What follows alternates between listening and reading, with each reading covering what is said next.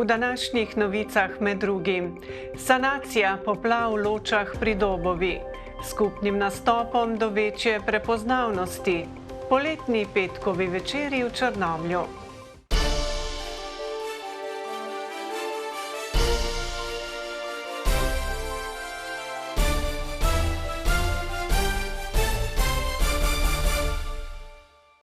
Lepo pozdravljeni.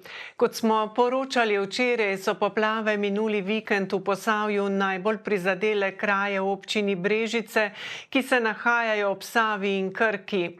Gre za Krško vas, Čatež, Mihalovec in Loče pri Dobovi. V slednjih smo si z vaščani ogledali posledice, ki so se pokazale potem, ko je Sava že odtekla. Za sabo je pustila precej nesnage in tako kot vsakič, ko del svoje struge preusmeri skozi center vasi, ponovno med vaščane zasejala kar nekaj strahu in jeze.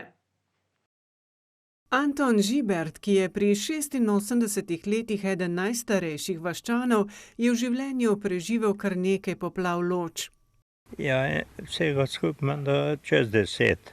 Ja, najhuje je še bilo 64. leta. Bolj so pa bile pa malo manjše poplave, ne. No in zdaj zadnje čase pa zelo velike. Če bi z našim včerajšnjim sogovornikom izjavo snemali na enakem mestu v soboto, bi... Ja, jaz bi že bil potopljen. Voda je segala tako do tukaj. Vidi se po slikah, ko smo jih tudi, pa ko ste posneli. Tako da je bila sigurno 1,70 m voda, ali pa še malo, mogoče več.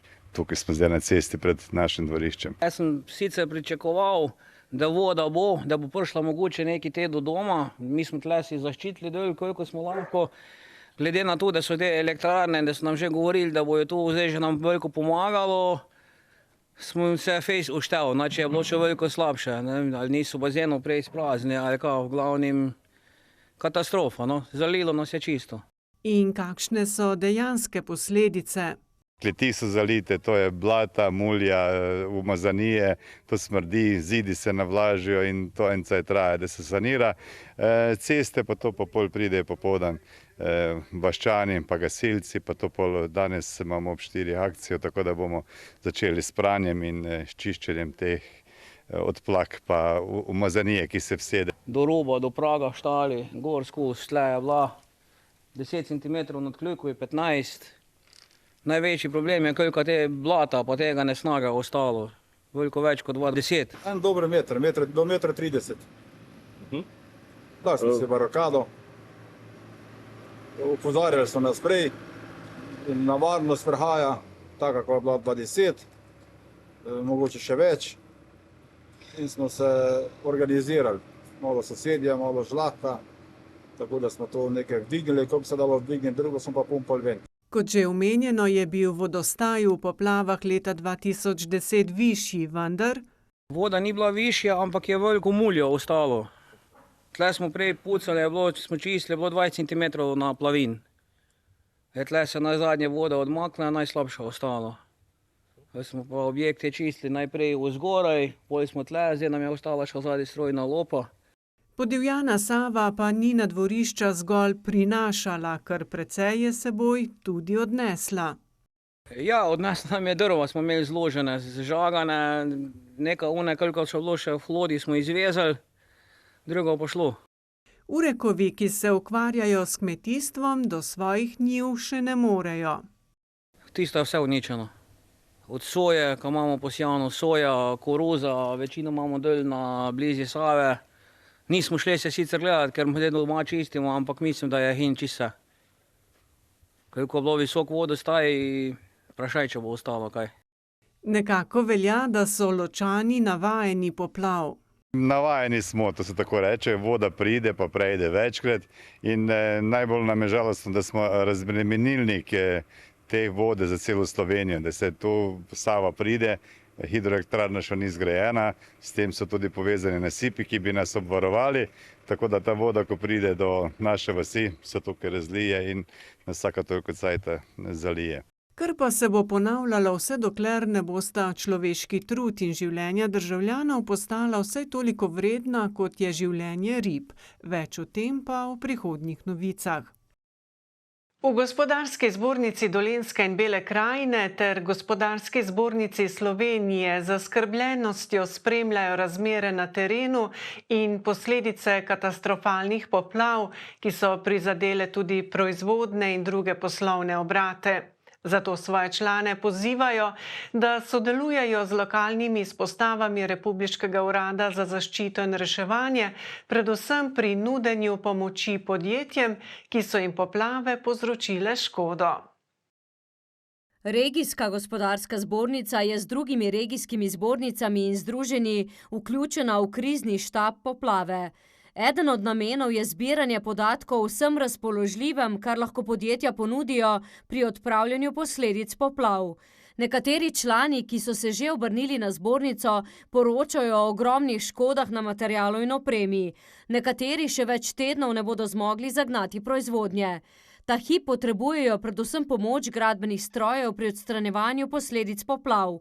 V nadaljevanju pa si želijo pomoči pri popravilu elektroinštalacij, strojev, sušenju skladišč, proizvodnih in pisarniških prostorov. Za podjetja, ki niso utrpela škode in bi lahko s svojimi viri in sredstvi pomagala prizadetim, so po dogovoru na GZS-ju odprli poseben skupni portal, na katerem lahko sporočajo svoje ponudbe. Te bodo naknadno prenesli v posebno aplikacijo, ki jo je pripravila država in je namenjena izključno zbiranju ponudb podjetij, ki so pripravljena pomagati, so še sporočili iz Regijske gospodarske zbornice. Podjetja, ki so jih prizadele poplave, pa bodo uradne vloge za ocenjevanje škode, ko jih bodo objavili predvidoma v prihodnjih dneh, posredovali na Ministrstvo za gospodarstvo, turizem in šport. Voda se do današnjega dopoldneva ni povsem umaknila niti z novomeške Loke. Tamkajšnje gostišče, pločnik in teraso je zalila že 2-krat letos. Kot pravi vodja gostišča Franci Judež, so morali umakniti stole in mize ter vse počistiti, preden so jih namestili nazaj. Je to tako zanemarljivo, no? Spereš pa lahko delaš naprej, tako da upamo, da bomo ali danes popoldne ali pa jutri že normalno lahko obratovali brez nekih posledic, medtem ko preostalih je pa malo drugačno. Tako da zaenkrat upimo, da bo vreme se umirilo, da bo pač se lahko nadoknadilo tisto, kar je bilo pač zdaj malo izpada.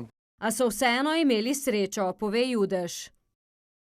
Objekti na višjem, na hribih, v spetinah in hribčkih so jo tokrat odnesli veliko bolje. In tja nas vodi naslednja novica.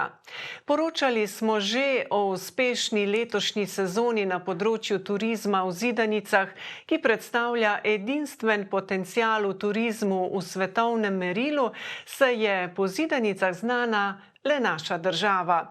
Ker je prepoznavnost večja s skupnim nastopom na trgu, v konzorciju vabijo ponudnike, da se jim pridružijo. V konzorciji Turizem v Zidanicah, ki deluje že 13 let, je za zdaj vključenih okoli 50 ponudnikov z Dolenjske in iz Bele krajine, nekaj jih je tudi na Kozjanskem in v Obsotelju. Zelo se nam zdi v redu, da smo povezani, da skupaj delamo, skupaj nastopamo na tržišču. Sama promocija je lažja, kot če bi si sami promovirali, ker če imaš svojo spletno stran, te pač ne bo nikjer noben najdu.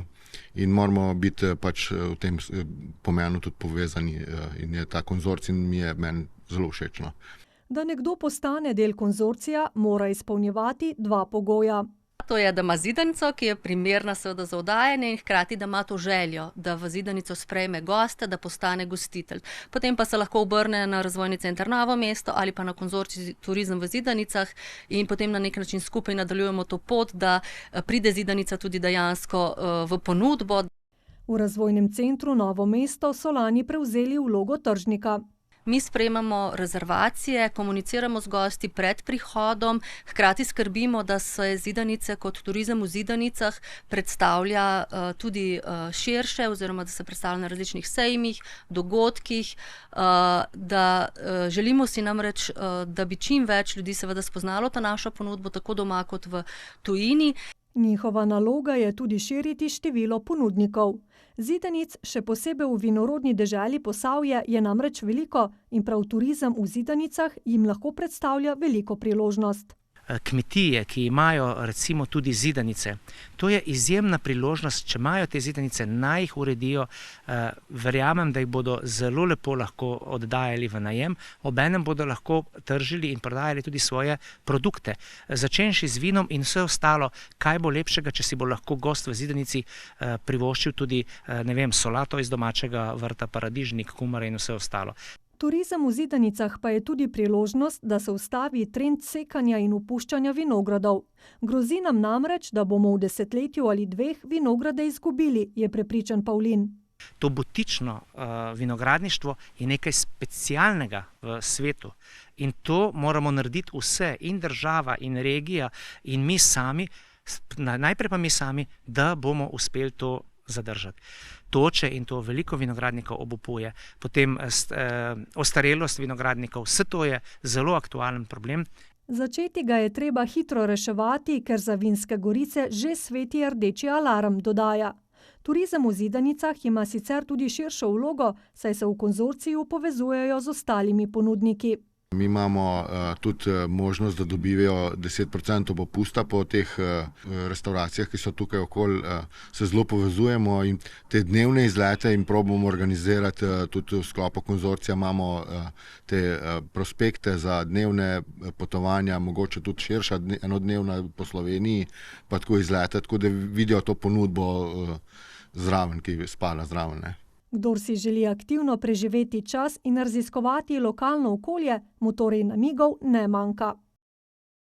Pa tudi vreme se umirja, kot je bilo prijetno poletno pred kratkim, ko so v Črnomlju zaključili z glasbenimi prireditvami petkovi večeri na Petrovem trgu.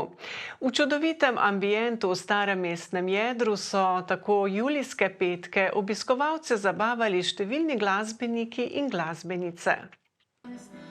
Nastopili so Dare Akustik, skupina 2B, glasbenica Nika Ensi iz Kočevja, Duo Allegrija in še kdo. Za letošnjimi dogodki petkovi večeri smo kar zadovoljni. Prišlo je kar lepo število obiskovalcev, sicer nam je vreme malo zagodlo, tako da smo žal en petkov večer morali odpovedati, ampak smo pa petkov večer zaključili v zelo lepem vzdušju in ambientu.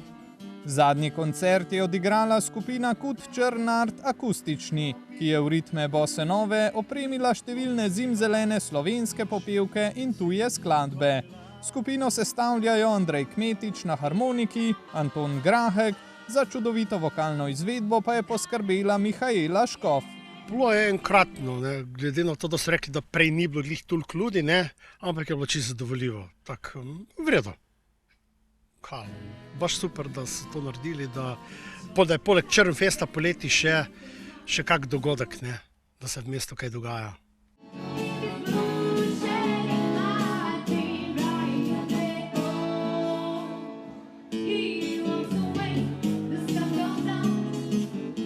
Prireditve so popestrili še z obiskom kuharske mojstrice Anje Fir, ki je med drugim tudi ambasadorka kolektivne blagovne znamke Belokranjsko. Zadnji petkov večer je bil še posebej zanimiv, saj smo k sodelovanju povabili tudi Anjo Fir, finalistko Masterchefa, ki je pripravljala prav poseben šmorn za obiskovalce in s tem tudi privabila otroke in družine. Tako da moramo reči, da s tem povezovanjem smo tudi nekako zaštartali, da bo v naslednjem letu tudi kak dogodek tudi obogaten z dodatnimi popestritvami. V Črnomlju pa se že vneto pripravljajo na zaključek poletnega dogajanja. V drugi polovici avgusta bo že 15. leto zapored potekal festival dobre glasbe, smeha, kulture, športa in kulinarike Črnfest. Za konec pa še k medijski akciji Naše hiše. Gledalci in gledalke ste prve dni avgusta izbirali osebnost Julija, ki se bo potegovala za osebnost leta 2023. Največ glasov ste oddali za Dragico Šteh. Dragica Šteh je bila koordinatorka mednarodnega tekmovanja mladih čebelarjev, ki je med 3. in 7. julijem potekalo v občini Ivančna Gorica. Je bil nekako osnovni namen pokazati lepote naše domače občine.